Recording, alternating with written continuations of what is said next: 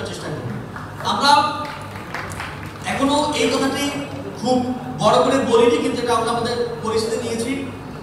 বাংলাদেশে যদি সবগুলো বিশ্ববিদ্যালয় ছাত্র সংসদ নির্বাচন হয়, ডাকসু সহ আরো যে ছাত্র সংসদ নির্বাচনগুলো হবে, সবগুলোতে ছাত্র সংসদের প্যানেলে একটা গ্রহণযোগ্য অংশ নারী থাকতে হবে। সুতরাং আমরা সেই উইমেন এম্পাওয়ারমেন্ট এবং উইমেনদের জন্য একটি কমফোর্টেবল পলিটিক্যাল স্পেস তৈরির জন্য কাজ করছি। কিন্তু আশঙ্কাজনকভাবে ফেসবুকের যারা দোষর ছিলেন, আমরা এখনো লক্ষ্য করি যে ফেসবুকে, সোশ্যাল মিডিয়ায় যারা অভ্যুত্থানে সাহসী ভূমিকা রেখেছে নারীরা, তাদেরকে বাজে প্রভাকাণ্ডা ছড়ানো হয়, খুবই বাজেভাবে এআই জেনারেটেড নানা ছবি ছড়ানো হয়।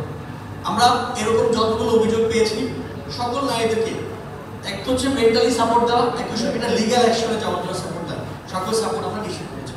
আপনারা যারা চট্টগ্রাম বিশ্ববিদ্যালয়ে আছেন, আপনাদের কাছে আমি অনুরোধ করবো, অভ্যুত্থানপন্থী যে সকল ছাত্রীরা আমাদের সঙ্গে কাজ করতে চান, তারা যদি কেউ একই রকমের সমস্যায় পড়েন, আপনারা আপনাদের সর্বোচ্চটুকু চেষ্টা করে সর্বোচ্চটুকু সাধ্য দিয়ে তাদের পাশে থাকবেন।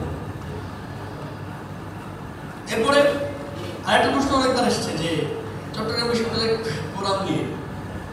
চট্টগ্রাম বিশ্ববিদ্যালয়ে যদি কোনো কোরআন থেকে থাকে, আজকে থেকে সকল কোরআন বন্ধ করে দেওয়া হবে। চট্টগ্রাম বিশ্ববিদ্যালয় কোনো কোরআন হবে, এবং যদি যারা কেন্দ্রীয় সংসদে আছেন, আপনাদের এখান থেকে 5 জন আছেন কেন্দ্রীয় সংসদে, তারা কেউ যদি এই কোরআন করে, আপনারা একটু আল্লাহর রাস্তায় আমাদেরকে জানায়, এরপর সে কেমনে কেন্দ্রীয় সংসদে রাজনীতি করে সেটা আমি দেখে দিই। একটা কথা ভুলে গেছিলাম, আমাদের 211 জনের একটা সেন্ট্রাল কমিটি ছিল, এখন সেটা 209 এসে দাঁড়াইছে। দুজনকে আমরা বহিষ্কার করছি। প্রথম যাকে বহিষ্কার করা হয়েছে তাকে একজন নারীর নিয়ে ফেসবুকে বুলি করার জন্য বহিষ্কার করা হয়েছে, এবং সেটা জন্য আমরা বিন্দুমাত্র করে টাইম নিই, অভিযোগ পেয়েছি, একটু সত্যতা পেয়েছি, তাকে বহিষ্কার করে দিয়েছি। ওকে, তো আমি কোরআনের কথা ছিলাম, যদি সেন্ট্রাল কমিটি কেউ এটা করে, আপনারা আলোচনা আমাকে জানায়, গোপনে হোক বা প্রকাশ্য একটু জানায়, এরপরে তাকে সে কিভাবে রাজনীতি করে সেটা আমি দেখব। দ্বিতীয়ত, চট্টগ্রাম বিশ্ববিদ্যালয়ে কমিটি দেওয়ার ক্ষেত্রে যে এই ক্রম থেকে একজন, ওই ক্রম থেকে একজন, এটা নিশ্চয়ই হবে না। আমি আপনাদেরকে নিশ্চয়তা দিচ্ছি। এখানে চট্টগ্রাম বিশ্ববিদ্যালয়ের ছাত্রদের মধ্যে যার গ্রহণযোগ্যতা বেশি, যে ছাত্র রাজনীতিতে মেধার পরিচয় দিতে পারবে সহিংসতার বিরুদ্ধে গিয়ে, যে ভায়োলেন্স করবে না, তাকে চট্টগ্রাম বিশ্ববিদ্যালয়ের নেতৃত্ব দেওয়া হবে। এখানে এই ভাইয়ের প্রান্ত থেকে একজন, ওই ভাইয়ের প্রান্ত থেকে একজন, এই সকল নিষ্পত্তি করা হবে। আরেকটা বড় ব্যাপার, আমি আপনাদের কাছে দুঃখ প্রকাশ করছি, এটা বক্তব্যের শুরুতে করা উচিত ছিল। আমরা ঠিক সময় 4:30 থাকলেও হাজির হতে পারিনি। এটার কারণ হচ্ছে, এই দায়টা আমার।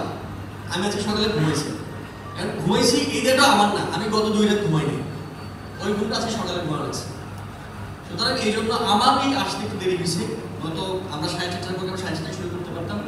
এই জন্য আপনাদের সবার কাছে ক্ষমা চেয়ে নিচ্ছি। আচ্ছা, আরো একটা প্রশ্ন আছে, আমি একটু এটা শেষ করি। সেটা হচ্ছে যে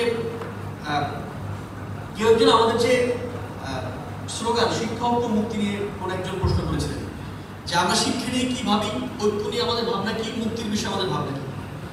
দেখুন, ইতিমধ্যে মুখ্য সংগঠক বলে গেছেন যে আমরা একটি শিক্ষা সংস্কার প্রস্তাবনা দেওয়ার জন্য কাজ করছি।